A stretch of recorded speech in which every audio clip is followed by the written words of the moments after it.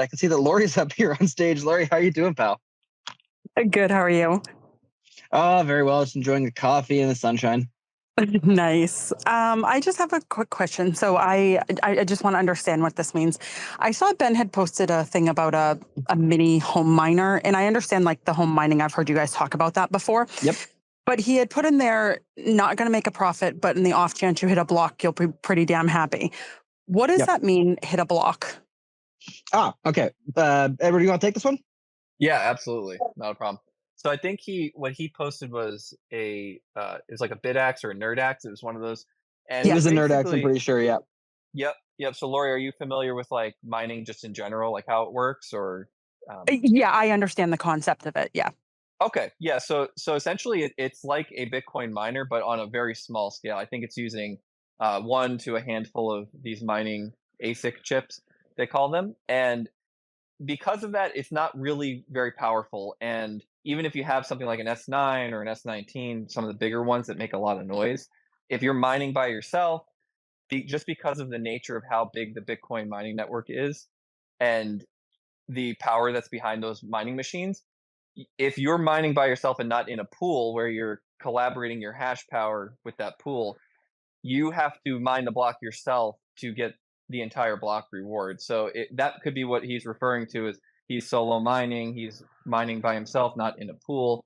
And the chances of him getting a block are probably one every 10 years. It could be something astronomically low. So I think these bit axes specifically are a really fun way of like learning how mining works and just having it run. And I've seen some developments that are going to lead to lightning payouts. I think Brains Pool is starting to do that. So you could have a situation where maybe you're not mining a whole block at once, but you could have a situation where you're getting paid little bits of sats by running one of these things. And it's not loud, it doesn't take up space. But is that kind of answer your question? Did you have anything else in there? No, it answers my question. Thank you.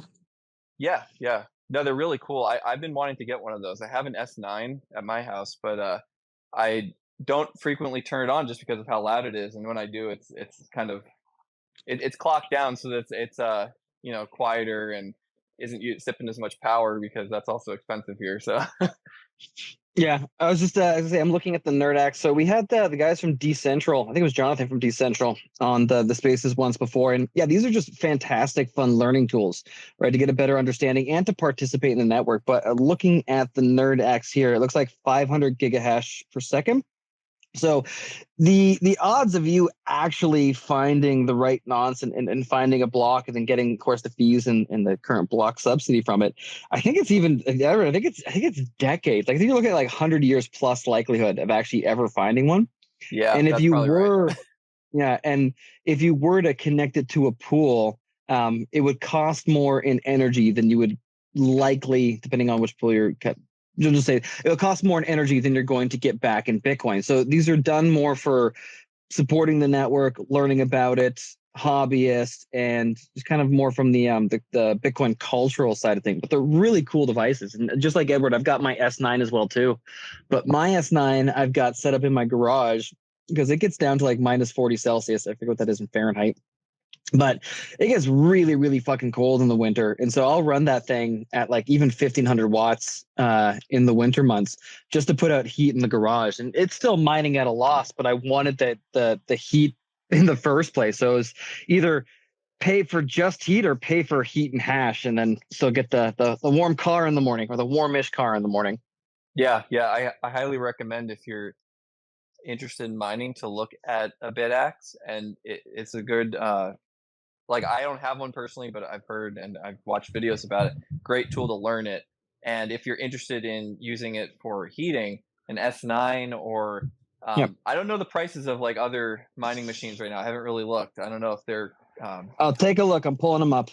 Yeah, because they could be like competitive. And like Nathan said, you could be earning a little bit of Bitcoin, and if you're just gonna sit on it and hodl it for 10 years and you're not worried about making that money back, you can heat your room or your house, like part of your apartment or whatever you have. Yeah, and also Yeah, even though with like a BitX, for example, it's really low hash rate.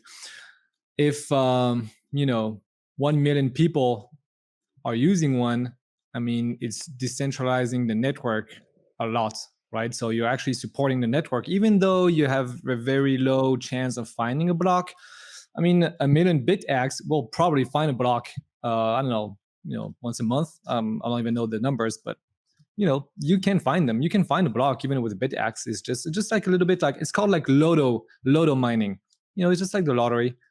It doesn't cost too much to run it, but if you hit the block, then you're hitting the jackpot. Yeah, precisely. Yep. Plus, you're securing, you're helping decentralizing and securing the network, which is just, it helps you in the long run, anyways.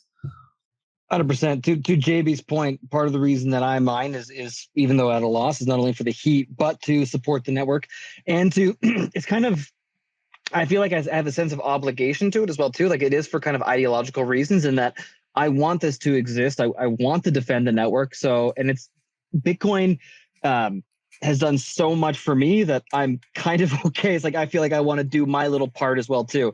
In the same way that I pick up trash around my neighborhood, I'm not really doing it for my own benefit, and it's costing me my own time. But I feel a sense of obligation to this community, to this network that I'm participating in. And even just looking right now, so I'm just looking on Decentral's page. In no way affiliated with them. I just have bought from them before, and I like the guys there. You can get an S17 for $294, and I'm pretty sure that's Canadian as well too.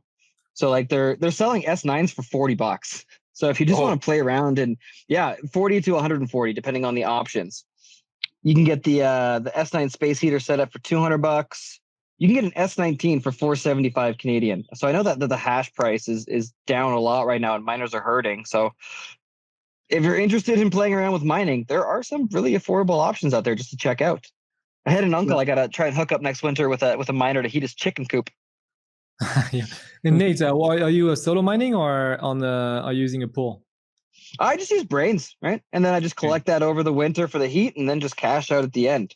I would, if there are other pools that end up integrating Lightning as well too, I would absolutely go for it. Yeah, I want to probably move to Ocean next mining season, next cold season for me. Yeah, Ocean has been pretty good, and they integrate Lightning with Bolt 12. Did they? Okay, sweet. Then I'll move from Brains to Ocean for sure. Again, for my own personal ideological reasons, I'd rather be with them. Yeah, the same thing. I was with Brains last year, and then I just moved to Ocean this year. Nice. Are you just running what are you running, JB? No, I have two FutureBit. I don't know if you know these miners. No, they are basically, they're pretty good. I mean, they this company FutureBit, they're in the space. They started with Litecoin mining, and then with ASICs, and then Bitcoin mining only.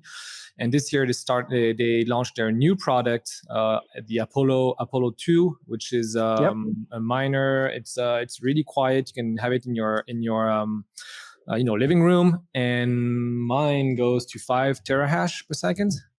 Which is pretty good, being just in a room and not being, you can hear the fan, but it's not as as loud as like an S9 or these kind of miners. So wow, it looks I'm just checking out the site right now. It looks like you can get up to 10 terahashes and using 400 watts of power. So that's pretty sweet. Yeah. How much heat is that thing putting out? I mean, it gets pretty hot. I'm in Las Vegas, so I have to. Yeah, fair enough. You have three modes: Eco, Balanced, and Turbo mode. I only use them on Eco, but it gets pretty hot around them. So it's not as hot as a full on miner, but it generates quite a little bit of heat.